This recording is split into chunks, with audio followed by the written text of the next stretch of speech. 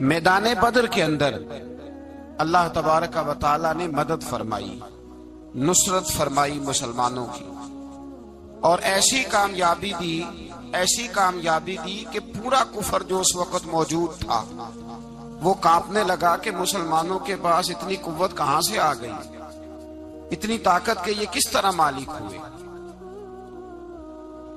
بغور سمجھیے گا بات کو، ذرا تھوڑا سا پس منظر سمجھ لیں۔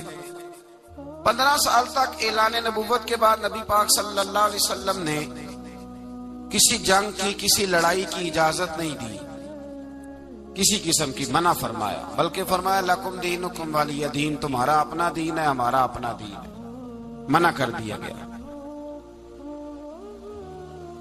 مسلمان ہجرت کر کے آ گئے مکہ سے مدینہ، لیکن یہاں بھی قریش مکہ اور کفار مکہ نے عالم اسلام کو، مسلمانوں کو، نبی پاک صلی اللہ علیہ وسلم کو سکون سے بیٹھنے نہیں دیا، پریشان کرتے رہتے تھے۔ یہ کیا کرتے کہ مسلمانوں کو مدینے آ کے تنگ کرتے، گھر تک آ جاتے۔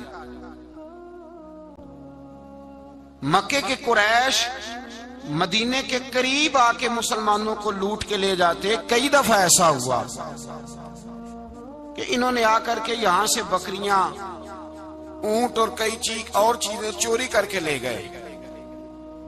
تو مسلمان پریشان رہنے لگے۔ اللہ پاک نے طاقت دے دی، قوت دے دی مسلمانوں کو۔ حضرت عمر فاروق جیسے لوگ کلمہ پڑھ گئے، حضرت امیر حمزہ جیسے لوگ آ گئے، حضرت ابو عبیدہ بن جراح جیسے لوگ آ گئے، حضرت سیدنا سعد بن ابی وقاص جیسے دلیر اللہ نے عالم اسلام کو عطا فرمائے۔ قوت آ گئی۔ حرِّض المؤمنین علی القتال، محبوب اختیار کرے مومنوں کو لڑائی کے لیے۔ یہ بات قابل غور ہے۔ حضور نے فرمایا بھی 1000 کا لشکر اسلحے سے لیس ہو کے آ رہا ہے، تم 313 ہو، تمہارا ارادہ کیا ہے؟ نہ تمہارے پاس زرہیں ہیں، نہ تلواریں ہیں، نہ تمہارے پاس نیزہ ہے، نہ تیر ہے، کیا کرنا ہے؟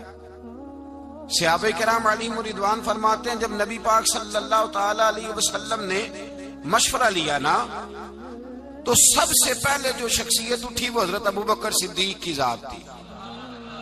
جناب صدیق اکبر اٹھے، عرض کرنے لگے محبوبہ بات ہی کوئی نہیں، آپ حکم کریں، ہم تو بڑی دیر سے تیار بیٹھے۔ حضرت عمر کہنے لگے حضور میں تو تھک گیا ہوں انتظار کر کر کے۔ اور شیر خدا مولا کائنات علی المرتضیٰ رضی اللہ تعالیٰ عنہ کہنے لگے محبوبہ زنگ لگ گیا میری تلوار کو، زنگ لگ گیا، کوئی موقع ملے دیواریں ہلتی رہتی ہیں اور در کانپ جاتا ہے۔ علی کا نام سن کے اب بھی خیبر کانپ جاتا ہے۔ فرمایا حضور زنگ لگ گیا، مہربانی کریں، جلدی کریں، ہم تو تیار بیٹھے۔ حضور نے پھر توجہ کی، نبی پاک صلی اللہ تعالی علیہ وسلم نے پھر توجہ کی۔ تو یہ تو سارے وہ بول رہے ہیں جو میرے ساتھ مکے سے آئے ہوئے ہیں، مدینے والے بھی تو بولے نا۔ تو مدینے والوں میں سے حضرت مقداد اٹھے، حضرت مقداد رضی اللہ تعالی عنہ، اور اٹھ کے عرض کرنے لگے یا رسول اللہ آپ کا اشارہ ہماری جانب ہے؟ حضور نے فرمایا ہاں تمہاری جانب ہے۔ تو کیا خوبصورت جواب ہے، اور کیا انداز تکلم ہے، اور کیا گفتگو بے حسن ہے، اور کیا پس منظر ہے، اور کیا دلیل ہے، اور کیا تاریخ کا مطالعہ ہے۔ حضرت مقداد کہنے لگے یا رسول اللہ ہم کوئی حضرت موسیٰ علیہ السلام کی قوم نہیں کہ آپ سے کہیں گے آپ لڑے یا آپ کا خدا لڑے۔ یا رسول اللہ ہم خشکیوں میں بھی لڑیں گے، دریاؤں میں بھی لڑیں گے۔ ہم خشکیوں، دشت تو دشت ہیں، صحرا بھی نہ چھوڑے ہم نے، اور بحر ظلمات میں دوڑا دیے گھوڑے ہم نے۔ کہا حضور ہم وہ نہیں ہیں کہ جو آپ سے کہیں گے آپ لڑے اور آپ کا خدا لڑے، ہم تو تیار ہیں، آپ جلدی کریں۔ پھر حضرت سعد اٹھے، سعد بن عبادہ رضی اللہ تعالی عنہ اٹھے، اور کیا خوبصورت عرض کیا، کہا یا رسول اللہ کس سے لڑنا ہے؟ حضور بولیے ذرا یا رسول اللہ۔ حضور نے فرمایا قریش مکہ سے۔ تو صحابی کا وجد دیکھیے گا، انداز دیکھیے گا، کہنے لگے حضور سنا ہے جن نظر نہیں آتے، دیو نظر نہیں آتے، سنا ہے دکھائی نہیں دیتے، محبوبہ آپ حکم کرے، میں تو جنوں سے بھی لڑنے کے لیے تیار ہوں۔ میں تو اندیکھی جگہوں پہ تلواریں چلا جاؤں گا، نبی کا حکم ہو تو کود جائیں ہم سمندر میں، جہاں کو محو کر دے نعرہ اللہ اکبر میں۔ یا رسول اللہ حکم کریں، کس سے لڑنا ہے؟ میرے نبی پاک خوش ہو گئے، حضور خوش ہوئے، چہرے پہ مسکراہٹ دوڑی، فرمایا تم پر کوئی غلبہ پا ہی نہیں سکتا۔ فرمایا چلو اب اٹھو چلیں، نہ تلواریں ہیں نہ گھوڑے ہیں نہ کوئی شے ہے نہ پاس اسلحہ ہے نہ کوئی بظاہر طاقت ہے۔ حضور اٹھے تو ایک ننھا مجاہد حضرت سعد بن ابی وقاص کے چھوٹے بھائی عمیر بن ابی وقاص، قد چھوٹا، حضور نے فرمایا سعد چلے عمیر رہ جائے، سعد چلے اور عمیر یہ چھوٹے ہیں۔ حضرت سعد کہتے میری عمر ابھی اس وقت تھوڑی تھی، میں 16-17 سال کا جوان تھا، تو بھائی اس سے بھی چھوٹے تھے، فرمایا تو رہ جا۔ اللہ اکبر۔ تو کہتے ہیں دیکھو عمر دیکھو، اور منانے کا انداز کیا ہے، جا رہے ہیں جہاد کے لیے، تو بچہ رو نہیں پڑتا گھر میں۔ حضرت عمیر رونے لگے، کہنے لگے نہیں میں نے بھی جانا ہے۔ رونا کہاں جانا ہے بھائی؟ کوئی کھیلنے جا رہے ہیں، کوئی کھیلنے جا رہے ہیں، سیر کو جا رہے ہیں، کوئی جو ہے وہ کسی تفریح کے لیے نکل رہے ہیں، نہیں میں نے بھی جانا ہے۔ حضور نے فرمایا بیٹے تلواروں کی چھاؤں میں جا رہے ہیں، وہاں گرجدار آوازیں ہوں گی، وہاں سینے کٹیں گے، گردنوں پہ ضرب لگے گی۔ حضرت عمیر بن ابی وقاص نے نا اپنی ایڑیاں اٹھا لی، پنجوں کے بل کھڑے ہو گئے، کہنے لگے سونیا میں گردن کٹانے کو تیار ہوں۔ تو حضور نے فرمایا تیرا بڑا بھائی چلا جو ہے۔ حضرت عمیر کہنے لگے حضور قد میں بڑا ہے، طاقت میں نہیں بڑا، قد میں بڑا ہے طاقت میں۔ کہا یہ قد میں بڑا ہے، جسامت میں بڑا ہے، طاقت میں نہیں بڑا۔ حضور نے فرمایا کیسے پتا چلے گا؟ کہا حضور کشتی کرا لیں، کشتی کرا لیں۔ چشم فلک نے عجیب نظارے دیکھے، محبوبہ کشتی کرا لیں۔ حضور نے فرمایا کرو کشتی، کرا لیتے ہیں، کرو کشتی۔ کشتی شروع ہوئی، سبحان اللہ کیسی عجیب اور منفرد کشتی ہے۔ حضرت سعد بن ابی وقاص رضی اللہ تعالیٰ عنہ کہتے ہیں میرا بھائی پہلوان کشتی سے پہلے گلے ملتے ہیں نا، تو کہتے ہیں گلے ملنے آئے تو حضرت عمیر میرے کان میں کہنے لگے تیرا تو نمبر لگ ہی گیا ہے، اور محبوب جسے قبول کر لے پھر اسے درگزر، اسے رد نہیں کرتے، تیرا تو لگ گیا ہے، تو یار چل تھوڑی دیر کے لیے گر جا بھائی، جو ہوا چل تھوڑی دیر کے لیے گر جا، میں بھی سلیکٹ ہو جاؤں گا، تیرا کیا بگڑے گا۔ قربان جائیں، امام زرقانی کہتے ہیں نبی پاک کی آنکھوں میں آنسو آ گئے، حضور نے بات سنی تو رو پڑے، فرمایا ہم پر بھی کوئی غلبہ پا سکتا ہے؟ جس قوم کے 14 سال کے بچے لڑنے کو تیار ہوں انہیں کوئی گرا سکتا ہے؟ تو فضائے بدر پیدا کر، فرشتے تیری نصرت کو اتر سکتے ہیں گردوں سے، کتار اندر کتار۔ اب بھی تھوڑی دیر کے لیے بھائی آپس میں لڑے، گتھم گتھا ہوئے، پھر بڑا گر گیا، چھوٹا پشت سینے پہ سوار ہو گیا۔ میرے رسول پاک نے فرمایا چلو بھئی تمہارا دونوں کا جانا ہی مقبول ہو گیا ہے، چلو۔ یہ انداز تھا نہتے 313 بشر شوق شہادت میں۔ نہتے اس کو کہتے ہیں جس کے پاس اسلحہ نہ ہو۔ نہتے 313 بشر شوق شہادت میں نکل آئے تھے میدان میں محمد کی قیادت میں، نہ تیغ و تیر پہ تکیا، نہ خنجر پر نہ بھالے پر، بھروسہ ہے تو ایک سادی سی کالی کملی والے پر، بھروسہ ہے تو ایک سادی سی کالی، زیادہ مہنگی بھی نہیں، سادی سی کالی کملی والے پر، بھروسہ ہے تو ایک سادی سی کالی کملی والے پر۔ میرے مصطفیٰ کریم علیہ السلام کا لشکر میدان کی جانب، ادھر کفار جوش و خروش سے طے پایا رستے میں۔ ابو جہل نے کہا کہ روز ایک سردار اونٹ ذبح کرے گا، گانے گانے والی عورتیں گانے گائیں گی، بدر کی فضا دیکھ لیں، گانے والی گانے گائیں گی، روز ایک اونٹ ذبح ہوگا، شراب کے دور چلیں گے معاذ اللہ، اور مسلمانوں کے خلاف جوش پیدا کیا جائے گا۔ ادھر کھانے کے لیے شے کوئی نہیں، کوئی طاقت نہیں، تو یہاں کیا ہوگا؟ میرے حبیب نے فرمایا راتوں کو سجدے کریں گے، دن کو اٹھ کے اللہ اکبر کے نعرے لگائیں گے۔ یہاں عبادتیں ہیں، ریاضتیں۔ میرے رسول کریم سید عالم صلی اللہ تعالی علیہ وآلہ وسلم سے پہلے کفار پہنچ گئے۔ انہوں نے پہنچ کر بدر کے میدان میں قبضہ کیا، جہاں کنویں تھے سب پہ قبضہ کر لیا۔ جو زمین خشک تھی، ریتلی تھی، وہ چھوڑ دی، اور جو زمین ہموار تھی اس پہ قبضہ کر لیا۔ جب نبی پاک صلی اللہ علیہ وسلم تشریف لے کر کے گئے تو ریتلی زمین، تپتی ہوئے صحرا، 17 رمضان کا دن، صحابہ نے روزے رکھے ہوئے صحابہ نے کیا کیا ہوا ہے؟ کیا کرنے گئے؟ پکی گل لے تو یہ بولے تھوڑے ہو نا، میں کہ شاید کچھ حق ہوئے۔ کیا کرنے گئے تھے؟ روزہ رکھ کے۔ اللہ خیر ہی کرے۔ ہمارے ہاں تو روز نیا بہانا ہوتا ہے، کہتے میں کام تے جانا، میرا تو نہیں نہ بنتا، روز نیا بہانا ہے۔ کہتے نہیں میں تو مزدور آدمی ہوں۔ کس طرح کی بات کرتے ہو؟ اللہ نے فرض کیا ہے تو اس کا مطلب ہے کہ گزارا ہو سکتا ہے، چل سکتا ہے، تبھی تو فرض کیا ہے۔ حضور نے فرمایا روزے کھول دو بھائی، پر کون کھولے؟ کوئی نہیں تیار۔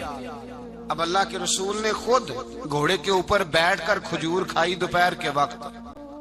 جب حضور نے کھولا تو تب سب نے کھولا۔ 17 رمضان نبی پاک صلی اللہ علیہ وسلم کے آنے سے پہلے انہوں نے کنووں پہ بھی قبضہ کر لیا، ہموار زمین۔ حضور آئے تو ریتلی زمین ملی، وہیں صحابہ نے ڈیرے لگائے۔ اب پانی کوئی نہیں، کوئی شے نہیں، تپتا ہوا صحرا، اوپر سے سورج گرمی برسا رہا ہے۔ حفیظ جلندری کہتے ہیں کہ زمین دعا مانگنے لگ گئی، زمین دعا مانگنے لگی۔ زمین کہنے لگی خدا بندہ مہربانی فرما، تیرے رسول آئے ہیں تو اب ذرا مجھے ٹھنڈا نہیں کر دیتا۔ حفیظ جلندری کا نظریہ ہے، وہ کہتے ہیں زمین دعا مانگنے لگی۔ زمین کہنے لگی مولا تیرے حبیب کے قدم جب میری اس خاک پہ آئے، الہی حکم دے سورج کو اب نہ آگ برسائے۔ زمین کہتی ہے تیرے حبیب کے قدم جب میری اس خاک پہ آئے، الہی حکم دے سورج کو اب نہ آگ برسائے۔ میرے دامن سے گر ان کو ہوائے گرم آئے گی تو مجھ کو رحمت للعالمین سے شرم آئے گی۔ میرے دامن سے گر ان کو ہوائے گرم آئے گی تو مجھ کو رحمت للعالمین سے۔ زمین کہنے لگی مجھے شرم آئے گی کہ محبوب آئے ہیں اور میں، یا اللہ مہربانی کر۔ حفیظ جلندری ویسے تو حضور کی دعا، صحابہ کی دعا، سب کی بات ہے۔ وہ کہتے ہیں زمین نے دعا مانگی، جب دعا مانگی تو اللہ نے بارش عطا کر دی۔ حضور نے فرمایا لو بھی حوض بنا لو، پانی بھر لو۔ صحابہ کہتے ہیں چھوٹے چھوٹے حوض بنا لیے، پانی ہم نے ان کے اندر جمع کر لیا، جانوروں کو پلایا، خود بھی ہم نے وہ پانی رکھا وضو کے لیے، غسل کے لیے۔ فرماتے ہیں اب ریتلی زمین تھی تو سمجھ لیں بارش پڑنے سے پکی ہو گئی، ان کی جانب کیچڑ ہو گیا، پانی ختم ہو گیا، کافروں کی طرف ختم ہو گیا۔ یہاں حالات اس طرح کے ہیں کہ یہاں پانی جمع ہے، وہاں ختم ہوا۔ اور تاریخ کا عجیب حوالہ دیکھیں، حضور کو شہید کرنے آئے 2 کافر رات کو چپکے سے اس حوض سے پانی پی رہے تھے جو مسلمانوں کا حوض ہے۔ ایک صحابی کہنے لگے حضور کافر پانی پی رہے، ہمارے حوض سے ماروں؟ حضور نے فرمایا نہیں، کافر ہوئے تو کیا ہوا، مخلوق تو ہے نا اللہ کی، پینے دو، پینے دو۔ ہمارے دروازہ رحمت سے کوئی خالی جا سکتا؟ ایسا کی تیری خیر تیرے میں کدے کی خیر، ایسی پلا کی جس کا نشہ عمر بھر رہے، اور پلا کے گرانا تو سب کو آتا ہے، مزہ تو تب ہے کہ گرتوں کو تھام لے ساکی۔ کہا نہیں، پینے دو انہیں۔ میرے رسول کریم سید عالم صلی اللہ علیہ وسلم نے میدان بدر میں پڑاؤ کیا۔ کافر ساری رات دندناتے رہے، شور کرتے رہے۔ جاسوسی کا ایک معیار ہوتا تھا، اب تو فوجوں کی وردی ہوتی ہے، پہچانے جاتے ہیں فوجی کس ملک کے ہیں، کس علاقے کے ہیں، کس جگہ سے ان کا تعلق ہے۔ اس زمانے میں کوئی وردی نہیں ہوتی تھی، ہر قبیلے کا آدمی ہوتا تھا تو لوگ گھس جاتے تھے، جاسوسی آسان ہوتی تھی۔ آئے رات کا وقت ہے تو کچھ جاسوس بھیجے ابو جہل نے، کہا پتہ کر کے آؤ بندے کتنے، اسلحہ کتنا ہے، جوان کتنے، بوڑھے کتنے۔ ان کا انداز کیا ہے سارا معلومات کر کے آؤ، کفر کی جو معلومات ہیں اس پر ذرا غور کریں۔ اب وہ شخص آیا جا کے ابو جہل سے کہنے لگا 313 ہیں، 6 زرہیں اور 8 تلواریں، کوئی کھانے پینے کا سامان نہیں، اور کچھ بچے بھی ہیں کچھ بوڑھے بھی ہیں، عمیر بن ابی وقاص بھی ہیں، ابو عبیدہ بن جراح جیسے بوڑھے بھی ہیں، کچھ لمبا چوڑا انتظام کوئی نہیں۔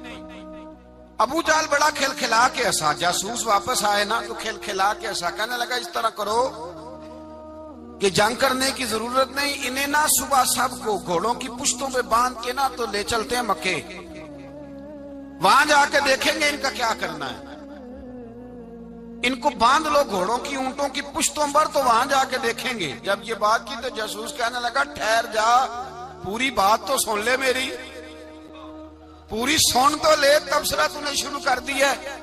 اس نے کہا چل سنا پوری۔ اس نے کہا ہے 313 پر سارے سر پہ کفن باندھ کے آئے ہوئے ہیں 313 پر بچے سے لے کر بوڑھے تک، میں جس کو پاس بھی گیا ہوں وہ مصلی پہ بیٹھا ہے اور شہادت کی دعا مانگ رہا ہے۔ مصلی پہ شہادت ہے، مطلوب و مقصود مومن نہ مال غنیمت نہ کشور کشائی، ہیں تھوڑے پر آئے مرنے ہیں، جان دینے آئے ہیں، واپس جانے کا ارادہ کوئی نہیں کسی کا بھی، آئے سارے حضور کے نام پر قربان ہونے۔ ابو جہل ساری رات شراب پیتا رہا، مغویہ گانے گانے والی عورتیں ساری رات گانے گاتی رہیں، اور ادھر انداز بڑا نرالا ہے۔ حضرت ابو بکر صدیق رضی اللہ تعالیٰ عنہ فرماتے ہیں کہ صحابہ نے مشورہ کیا کہ نبی پاک صلی اللہ تعالیٰ علیہ وسلم کی طرف سب سے پہلے توجہ کریں گے کافر، حضور کے لیے کسی محفوظ جگہ کا بندوبست کیا جائے، ایک چھپر، ایک عریش، ایک جھونپڑی پہاڑ کے اوپر بنا دی گئی حضور کے لیے۔ مولا علی شیر خدا خود فرماتے ہیں، کہتے ہیں سب سے مشکل کام اس جھونپڑی کی حفاظت کرنا تھا، اس چھپر کی عریش کی جس میں حضور تھے۔ جب نبی پاک نے فرمایا نا میرا پہرا کون دے گا، تو کہتے ہیں ابو بکر صدیق تلوار لے کے کھڑے ہو گئے، کہنے لگے سونیا ضرورت ہی کوئی نہیں، میں جو حاضر ہوں۔ تو حضرت علی فرمایا کرتے تھے بتاؤ جو فرعون کے سامنے کھڑے ہوئے وہ زیادہ دلیر تھے یا ابو جہل کے سامنے جو کھڑے ہوئے دلیر ہیں؟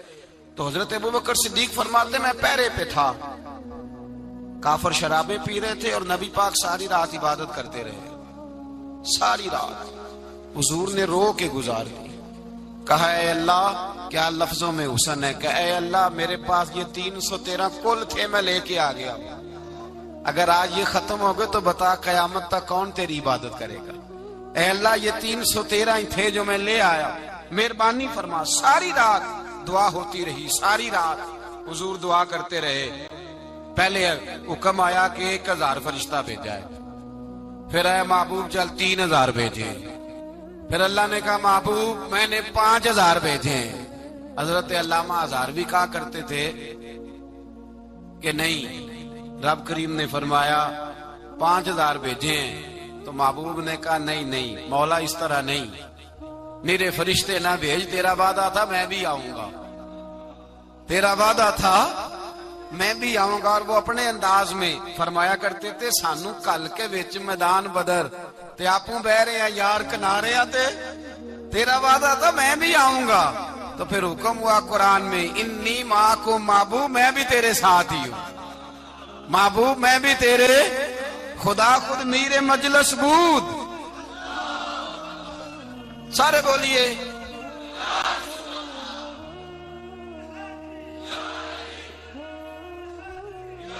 بھائی۔ آج تو دن ہے نا نعرے لگانے کا، یوم البدر منا رہے ہیں، تو آج تو ٹھنڈا ٹھنڈا نعرہ نہ لگائیں، میں نے اپیل کی تھی کہ نعرہ تحقیق بھی لگایا کریں۔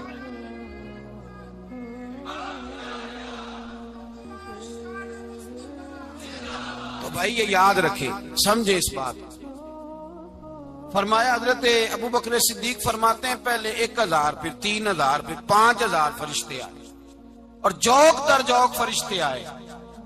کہتے ہیں سرکار ساری رات روتے رہے، ساری رات، تیرے صرف اسلحے سے ہی اللہ کی مدد نہیں آئے گی، تو نے ایٹم بم بنا لیا اور توفیق عید کی نماز کی بھی نہیں، اس سے تھوڑی مدد آئے گی۔ میرے مصطفیٰ کریم سید عالم صلی اللہ علیہ وسلم نے فرمایا امت کو درس دیا، اسلحہ بھی جمع کرنا، طاقت بھی اکٹھی کرنا، صفیں بھی بنانا، اپنے اندر اتحاد بھی پیدا کرنا. لیکن اگر تم نے کفر پر غلبہ حاصل کرنا ہے تو اس کے لیے خدائی مدد کی ضرورت ہوگی. اگر تم سے اللہ کی مدد روٹھ گئی تو جتنے مرضی اسلحے جمع کرتے پھرو، جتنی مرضی طاقتیں اکٹھی کرتے پھرو، پھر جس قدر مرضی تم ایٹم بم بناتے پھرو، جب خدائی مدد ہی تمہارے ساتھ نہیں تو کیسے نظام چلے؟ تو حضرت ابوبکر صدیق فرماتے ہیں ساری رات حتیٰ کہ میں بے چین ہو گیا. حضور سجدے میں تھے تو میں حضور کے اوپر لیٹ گیا. میں نے کہا محبوب بس کریں، اٹھ کے دیکھے تو صحیح میرے اللہ نے کتنی مدد نازل فرما دی ہے. صبح رسول پاک تشریف لائے. صحیح مسلم، ابو داؤد، کتابوں کے نام یاد رہیں گے. حضرت انس بن مالک حدیث کے راوی ہیں، کہتے ہیں حضور اٹھے اور ایک دن پہلے چھڑی لے کے میدان میں آئے. ایک دن پہلے اٹھے. دیکھو میرے محبوب کے علم کی شان. میرے اعلیٰ حضرت فرماتے ہیں اور کوئی غیب تم سے نہا ہو بھلا جب خدا ہی نہ چھپا رہا. اور کوئی غیب تم سے نہا ہو بھلا جب خدا ہی نہ چھپا رہا. تم پر کروڑوں درود. اور ہمارے ایک شیخ تھے علامہ تحسین رضا صاحب رحمۃ اللہ علیہ، ان کا بڑا خوبصورت شعر ہے. وہ فرمایا کرتے تھے علم غیب رسول کے منکر اس حقیقت کو بھول جاتے ہیں. غیب مانا کہ راز ہے لیکن راز اپنوں سے کب چھپاتے ہیں. راز مانا، غیب مانا کہ راز ہے لیکن راز اپنوں سے کب چھپاتے. ایک دن پہلے حضور میدان میں آئے. صحیح مسلم کی حدیث ہے. اور محبوب پاک صلی اللہ علیہ وسلم کے دست مبارک میں چھڑی ہے. حضرت انس کہتے ہیں حضور میدان میں آئے اور حضور نے لکیر کھینچی. فرمایا کل یہاں ابو جال مرے گا. کب مرے گا؟ یہاں مرے گا. فرمایا یہاں عتبہ مرے گا، یہاں عتیبہ مرے گا، یہاں ولید مرے گا. حضرت انس فرماتے ہیں میری لکیروں پہ نظر تھی. لوگ جنگ لڑتے رہے، میں لکیریں دیکھتا رہا. اللہ کی عزت کی قسم جہاں حضور نے چھڑی رکھی تھی جو مرا وہیں آ کے مرا ہے. جو مرا ہے وہیں آ کے. جو دن کو کہہ دیا دن ہے تو دن نکل آیا. جو شب کو کہہ دیا شب ہے تو رات ہو کے رہی. خدا نے ان کی زباں کو وہ اختیار دیا، جو نکلی منہ سے ان کے وہ بات ہو کے رہی. فرمایا جہاں حضور نے چھڑی رکھی تھی جو مرا ہے وہیں آ کے مرا ہے میرے رسول کریم. سید عالم صلی اللہ تعالی علیہ وسلم نے اگلے دن صبح اٹھ کے صف بندی بنوائی. حضور نے اپنے ہاتھ کے اندر چھڑی لے لی. فرمایا چلو ابھی صفیں سیدھی کرو. کیا کرو؟ کرانی چاہیے نا صفیں سیدھی، ہمیں کار بھی لینی چاہیے نا. حضور نے فرمایا تم صفیں سیدھی کرو، اللہ تمہارے دل سیدھے کر دے گا. تو یہاں سیدھے کرانے والے ہوتے ہیں، کرنے والا. اور میرے نبی پاک صلی اللہ علیہ وسلم نے فرمایا جب تم نماز کے لیے صفیں سیدھی کرتے ہو تو رب تو تمہیں دیکھ کے مسکراتا ہے جو اس کی شان کے لائق ہے. حضور صفیں سیدھی کرا رہے تھے. حضرت سواد انصاری ایک صحابی تھے تو پیٹ ان کا بڑا تھا. حضور نے چھڑی رکھی. فرمایا پیچھے ہٹ تھوڑا سا، بڑا پیٹ تھا. چھڑی لگائی نہ تو کہنے لگے حضور کیوں ماری ہے چھڑی آپ نے مجھے. نبی پاک صلی اللہ علیہ وسلم نے فرمایا چل ناراض نہ ہو، بدلہ لے لے. کہنے لگے لائیں دے بدلہ. حضور نے چھڑی پکڑائی تو کہنے لگے کپڑا ہٹائیں. حضور نے کپڑا ہٹایا تو جس میں اقدس چومنے لگے. کہنے لگے محبوبہ پتہ نہیں تھوڑی دیر کے بعد کیا بننا ہے. میں نے کہا جاتی جاتے بوسے ہی لے لوں حضور، بوسے ہی لے لوں جاتے جاتے مصطفیٰ کریم. اور یہ واقعات کئی صحابہ کے، حضرت عکاشہ بن محسن کا بھی ہے اور بھی کئی لوگوں کا. میرے رسول پاک علیہ السلام میدان بدر میں، بدر کی فضا عرض کر رہا ہوں. دو صحابی تھے، ایک کا نام حضرت حذیفہ بن یمان اور ایک کا نام حضرت حسیل. یہ دو صحابی ہیں رسول پاک صلی اللہ علیہ وسلم. یہ کہیں سے آ رہے تھے واپس. ابو جال کی ملاقات ہو گئی. جنگ میں جا رہے ہو، اپنے نبی کے لیے آئے ہو، مدد کرو گے؟ انہوں نے کہا نہیں ہم تو ویسے ہی آ رہے تھے. ابو جال نے کہا اگر ویسے ہی آ رہے تھے تو ٹھیک ہے جاؤ. وعدہ کرتے ہوئے لڑو گے تو نہیں؟ کہا نہیں لڑیں گے. یہ دونوں وعدہ کر کے آ گئے حضور کے پاس. کہا یا رسول اللہ ہم نے اس سے وعدہ کر لیا ہے لیکن ہمارا ارادہ تو لڑائی کرنے کا ہے. ہمیں تو یہاں کے پتا چلا ضرورت پڑی ہے. تو نبی پاک صلی اللہ علیہ وسلم نے فرمایا تم نے وعدہ کر لیا اب تم نہیں لڑو گے. کہا یا رسول اللہ کافر سے وعدہ کیا ہے. میرے نبی پاک نے فرمایا کیا تو مومن نے ہے نا. کس نے کیا ہے؟ اللہ اکبر. کوئی وعدوں کی پاسداری نہیں کرتا. میدان بدر میں جہاں ایک ایک فرد کی ضرورت ہے، ایک ایک فرد کی، وہاں رسول پاک نے فرمایا مومن نے وعدہ کیا ہے لہذا ہم دو مجاہد کاٹتے ہیں. فرمایا تم بیٹھ جاؤ، تم نہیں لڑو گے. اب دونوں لشکر آمنے سامنے ہوئے، آمنے سامنے. سب سے پہلے آنے والوں میں سے ادھر سے ولید آیا، عتبہ آیا، اس کا بھائی شیبہ آیا. یہ تین آئے. کہنے لگے حضور ہمارے مقابلے میں بھیجے. نبی پاک نے انصار میں سے بھیجا. کہنے لگے یہ نہیں ہمیں چاہیے، ہمارے مقابلے میں قریشی اور ہاشمی بھیجو. برادری کا بڑا شوق تھا نا قریشی. حضور نے فرمایا چلو تمہارا جلدی مرنے کا ارادہ ہے تو بھیج دیتے، ٹھیک ہے تمہارے پائے کے بھیج دیتے ہیں. حضور نے فرمایا چلو امیر حمزہ اٹھو. حضرت امیر حمزہ اسد اللہ و رسول اٹھ کے کھڑے ہو گئے. فرمایا چلو علی آپ بھی اٹھو. شیر خدا تو یوں اٹھے کہ جیسے پہلے سے ہی کھڑے تھے. حضور نے فرمایا چلو. ابو عبادہ بھی اٹھے، تینوں صحابی اٹھے. حضرت عبادہ ذرا بوڑھے تھے، ان کے لیے تھوڑا مشکل ہوا دشمن کو سنبھالنا. باقی تو دونوں نے کاٹ کے رکھ دیے دشمن. اور حضرت علی رضی اللہ تعالیٰ نے دیکھا نا جناب عبادہ ذرا زخمی ہو گئے، ذرا زخمی ہو گئے. دشمن ان کا بھاری ہو رہا تو دوڑے گئے، مارا. حضرت عبادہ کا دشمن بھی مارا اور جناب ابو عبادہ کو کندھوں پہ اٹھا کے در رسول پہ لے گئے. کہنے لگے سونیا یا رسول اللہ آپ کے دشمن میں مار آیا ہوں، غلام بچا کے لے آیا ہوں، یہ میں لے آیا ہوں. آپ یہ شان ہے حضرت علی شیر خدا کرم اللہ. اب جنگ کا نکارہ بجا. کہاں تھا ہزار؟ ایک مورخ کہنے لگا نہیں پورا 1000 نہیں تھا، 950 تھا. میں کہا چل تو 900 کر لے یار، اس میں کون سی حرج والی بات ہے. پھر بھی 900 اور 300 کا کیا مقابلہ. اور پھر اسلحے سے لیس 1000 کا لشکر. میرے رسول کائنات سرور عالم صلی اللہ علیہ وسلم جب جنگ چھڑی، امیہ بن خلف بڑا مارتا تھا حضرت بلال کو. جناب بلال کے قابو ہی آ گیا، حضرت بلال کے قابو آ گئے. کہنے لگا معافی مل جائے گی، معافی مل جائے گی، معافی مل جائے گی. دوڑنے لگا. حضرت عبد الرحمن بن عوف کہنے لگے بلال جب کوئی معافی مانگے تو دے دینی چاہیے. فرمایا سب کو دینی ہے، اس ظالم کو نہیں دینی. پکڑ کے مارا جناب سیدنا بلال حبشی رضی اللہ تعالی، پکڑ کے مارا. فرمایا مجھے بڑی سزائیں دیتا تھا. اس امت کا فرعون ابو جہل نے ساری زندگی ستایا ہے. 2 چھوٹے چھوٹے بچے معوذ اور معاذ، اور ان کی عمریں 17 سال سے کم بتائی جاتی ہیں اور حسین لفظ ہیں. حضرت عبد الرحمن بن عوف کہتے ہیں دونوں میرے پاس آئے، اور ایک روایت میں یوں بھی انداز ہے، کہتے ہیں ایک بھائی کا قد چھوٹا تھا، تلوار اونچی تھی اس سے، اور آئے. اور یہ لفظ ہیں تاریخ میں محفوظ. آئے آ کے کہنے لگے عبد الرحمن سے چچا ابو جہل کدھر ہے؟ تو میں نے کہا تم نے کیا کرنا ہے؟ ان کا جواب پتہ کیا ہے؟ یہ نہیں کہا کہ دین کا دشمن ہے، یہ نہیں کہا بڑا ظالم ہے اس لیے مارنا ہے. کہا تم کیا کرو گے؟ تو جواب وہ شاہ نامہ اسلام نے اپنے لفظوں میں بیان کیا. کہنے لگے مریں گے. زیادہ یہی ہے نا کہ ہم کمزور ہیں. پوچھنے کا سٹائل یہ تھا کہ تم بچے ہو، تم نے کیا کرنا ہے؟ تو پتہ ان کا جواب کیا ہے؟ حفیظ جلندری کہتے ہیں وہ کہنے لگے مریں گے یا ماریں گے ناری کو. سنا ہے گالیاں دیتا ہے وہ محبوب باری کو صلی اللہ علیہ وسلم. کہنے لگے ہمارے نبی کو معاذ اللہ برا کہتا ہے، چھوڑیں گے نہیں، جانا ضرور ہے. اگر اسے مار نہ سکے تو مار کے تو آ جائیں گے نا، جانا ضرور ہے. تو کہتے ہیں ہم نے اشارہ کیا. میں نے کہا وہ گھوڑے پہ جا رہا ہے، وہ دیکھو.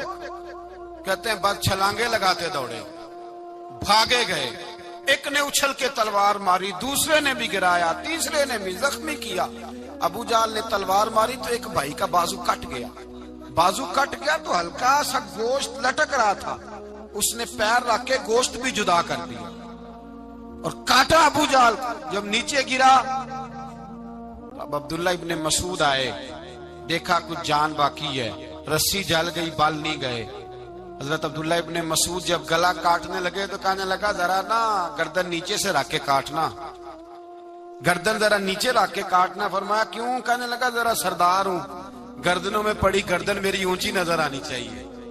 رسی جل گئی پر بال کہنے لگا ایسا نہ ہو غلاموں میں پڑی ہو تو چودھری کی گردن لیدہ ہی نہ نظر آئے، ذرا نیچے سے رکھ کے کاٹنا۔ حضرت عبداللہ ابن مسعود رضی اللہ تعالیٰ انہوں نے گردن کو کاٹ ڈالا۔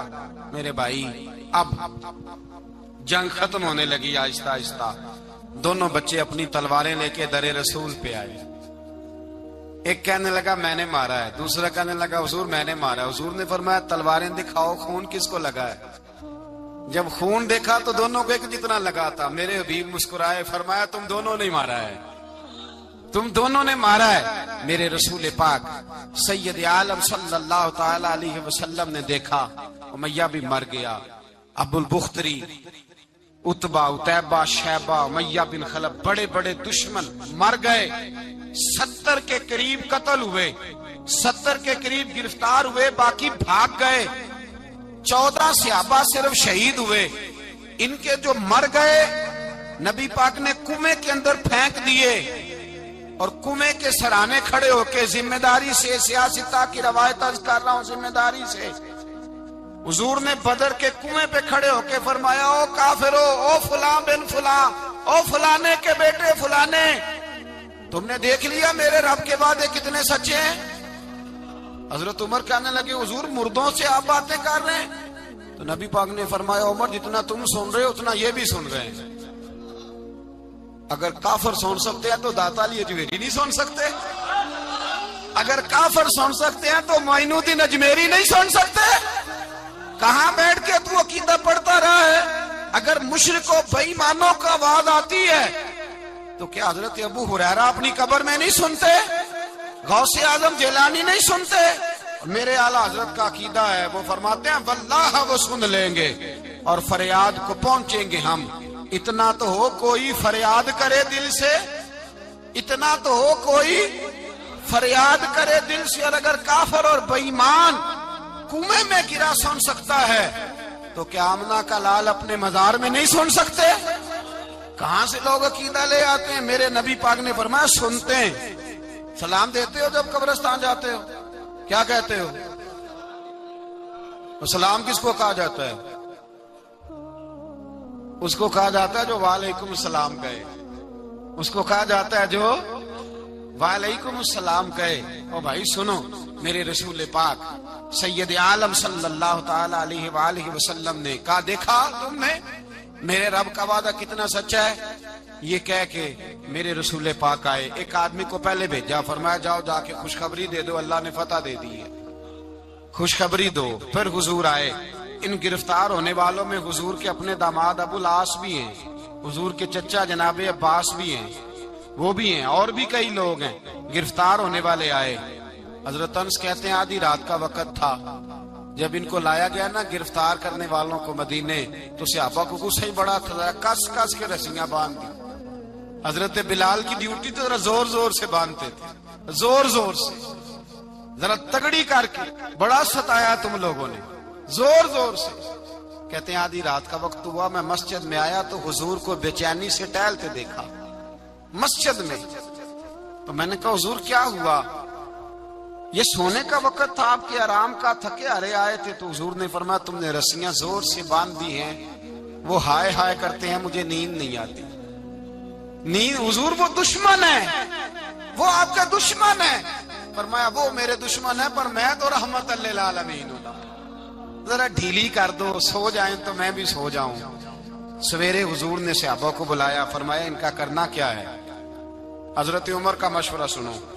حضرت عمر کہنے لگے حضور جو میرے رشتہ دار ہیں میرے حوالے کرے، پہلے میں ان کی گردنیں کاٹوں، جو ابو بکر کے ہیں اس کو ان کی گردنیں کاٹے، جو عثمان کے ہیں علی کے ہیں ان کو دو، سب کو کاٹیں، اپنے اپنے رشتہ داروں کو۔ میرا جو ہے میں اپنے ہاتھوں سے اسے ذبح کروں گا، میرے نبی کی دشمنی کرتا ہے۔ حضور نے فرمایا عمر تیرا فیصلہ ذرا تگڑا ہے، تھوڑا نرم چاہیے۔ حضرت ابو بکر صدیق کو بلایا، فرمایا تیرا کیا ارادہ ہے؟ ابو بکر کہنے لگے حضور کچھ فدیہ لے لیں، ان پہ رحم کریں، مجھے لگتا ہے بہت سارے کلمے پڑ جائیں گے، کچھ مہربانی کریں، ان پہ شفقت کریں۔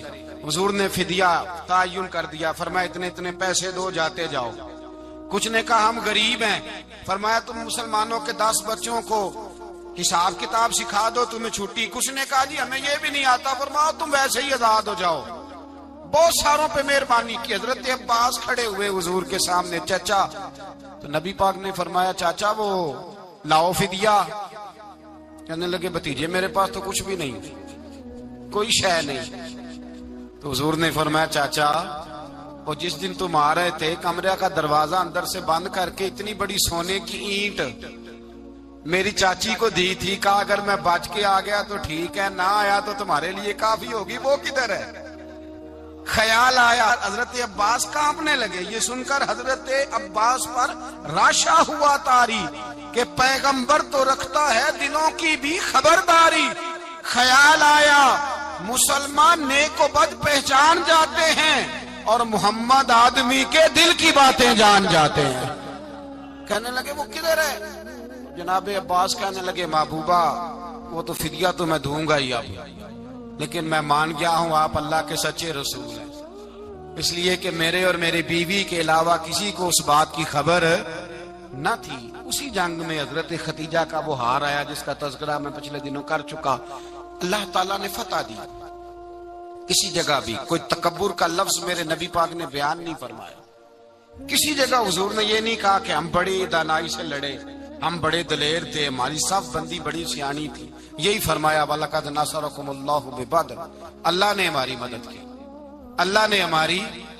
میری اور آپ کی زندگی میں جہاں نقص واقع ہوتا ہے نا, وہاں ہم کامیابیاں اپنے کھاتے میں ڈالنے لگتے ہیں تو فضائے بدر پیدا نہیں ہوتی.